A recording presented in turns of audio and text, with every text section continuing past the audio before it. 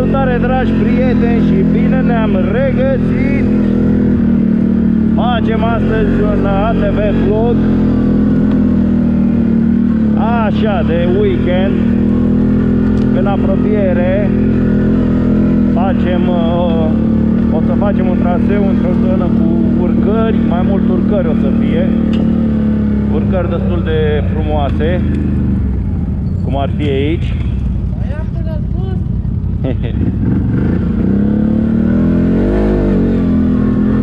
Suntem în 3 ATV-uri.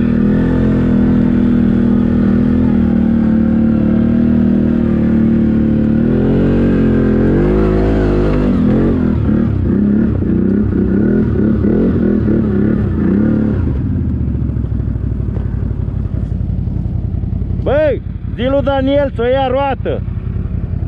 E nașpa aici.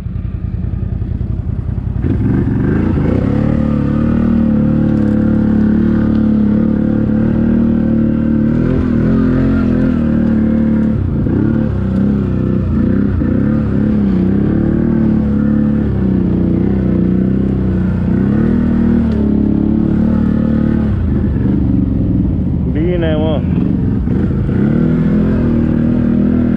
Cum spuneam, o să avem parte numai de urcări.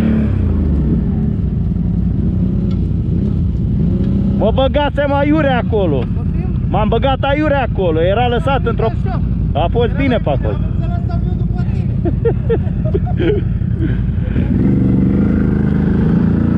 Și o să avem parte de numai de urcări, cum am spus. Uitați ce e în față, mam. Jale, unde o fi echipa mea dragă și scumpă? Wow, wow, wow, ce e aici, frățioare? Să vedem dacă avem cum trece. Să vedem cum trecem, o luăm roată.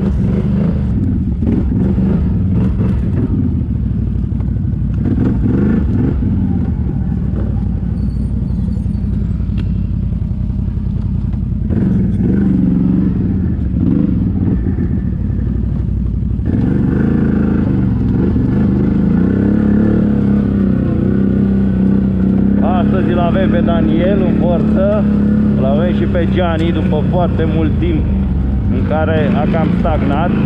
A uitat cum să duce nebunul.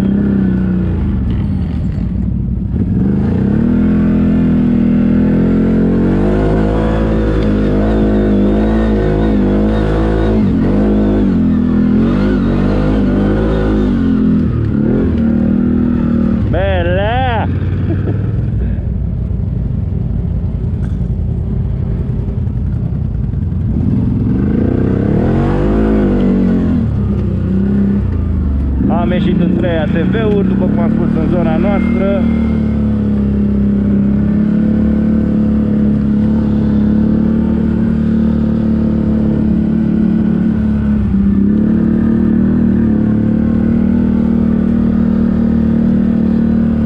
Sâmbăta viitoare o să mergem la Buzău, în zona Siriului.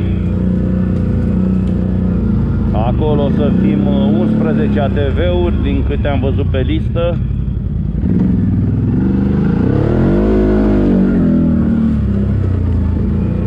Astăzi am ieșit așa amical, să spunem.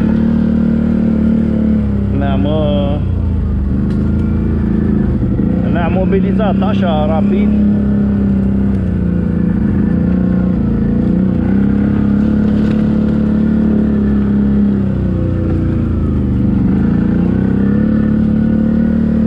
Mai ales că e zona noastră, undeva la 20 de kilometri de unde locuim.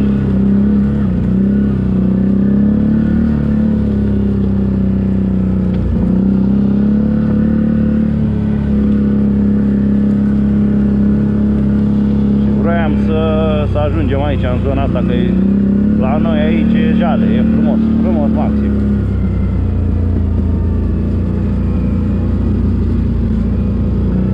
Dar sâmbăta viitoare o să mergem la Siriu. O să avem un traseu destul de lung și traseul va fi destul de solicitant. O să avem câteva urcări stravene acolo. momentan sunt un pic cam cum să spun, îngrijorată, poate cuvântul bun, pentru că am schimbat cureaua, am pus un GeForce Redline, după cum bine știți. Nu prea sunt adeptul la astfel de modele, dar am văzut că cei de la concursuri o recomandă. Ce e drept, ei o schimbă undeva la 400 de kilometri. Bine, asta în regim de concurs.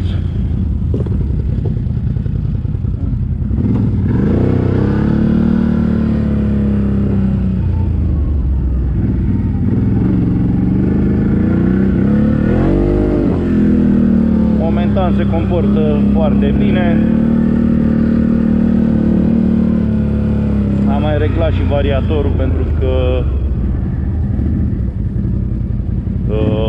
simțea nevoia.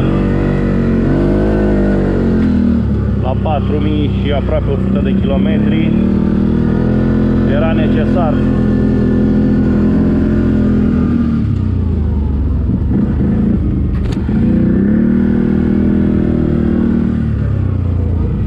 Așa că l-am strâns pe variator.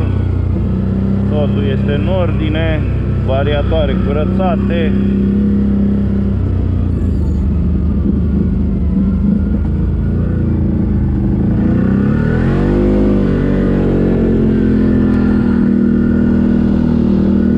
Am schimbat și rulmenții pe față, la fuzete.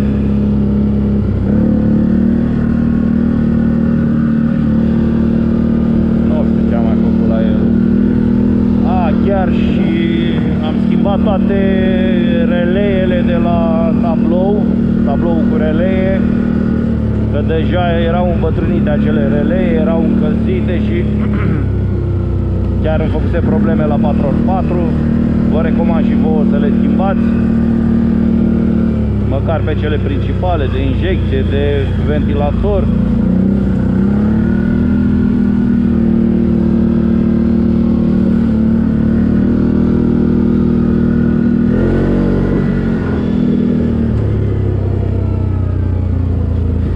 Pare destul de ok cureaua, văd că trage destul de bine, adică pleacă de jos, din ture joase, pleacă bine, strânge bine pe fulii.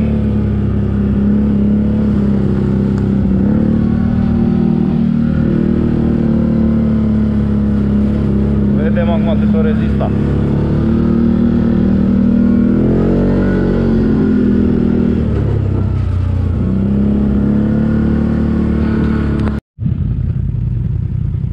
Bă, Gianni, dai că merge, nu-i nimic sus.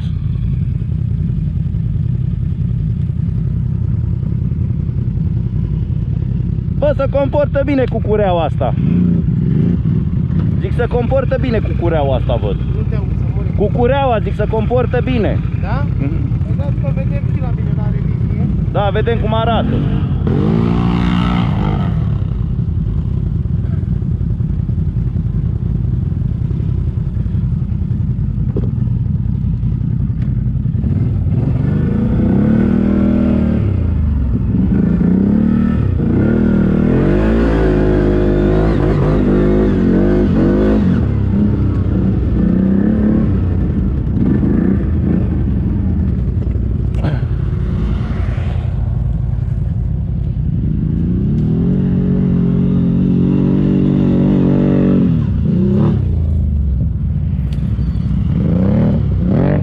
Să-i mai dai pe astea la alte. Te filmezi de aici? Asta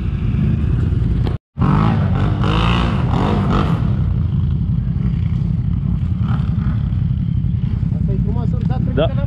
Ba da, ai făcut-o și pe asta. Nu mai ai făcut-o și pe asta. Da? Te-am filmat.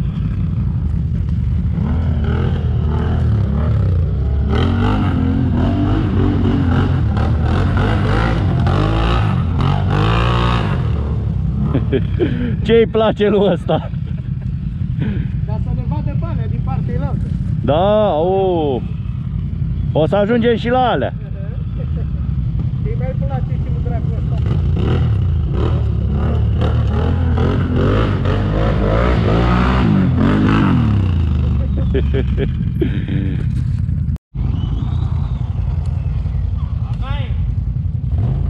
Dă-te, dă-te la o parte, dă-te. Hei! Bine, mă, putu-te în aripă. Mamă, unde-o fi Joe să vadă? Mamă, urât o să vede, dar ce să vede bine să mă pula în ea. Mamă.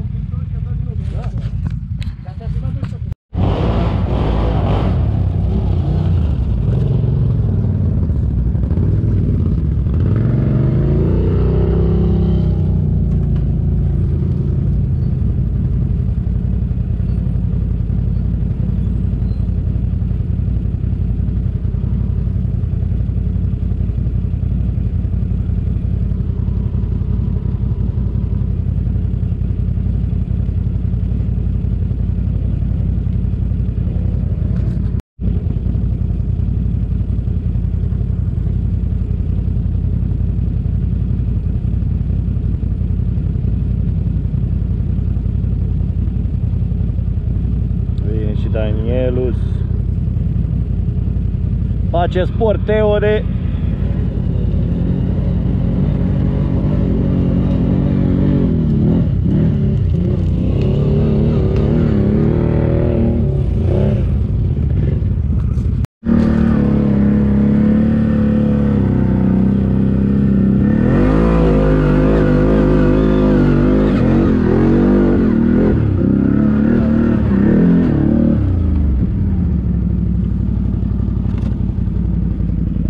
Opa!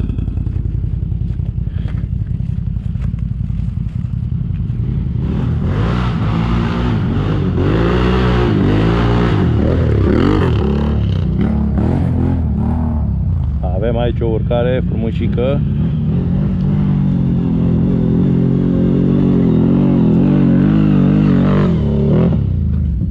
Frumușică, șică. Urâtă era mâncație.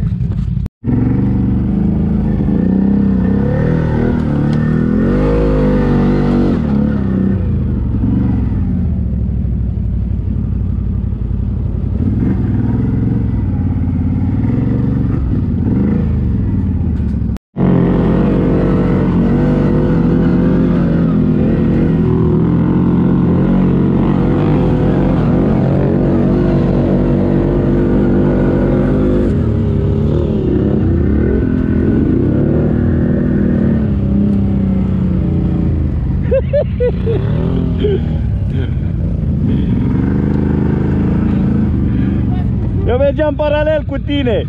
Mergeam paralel cu tine.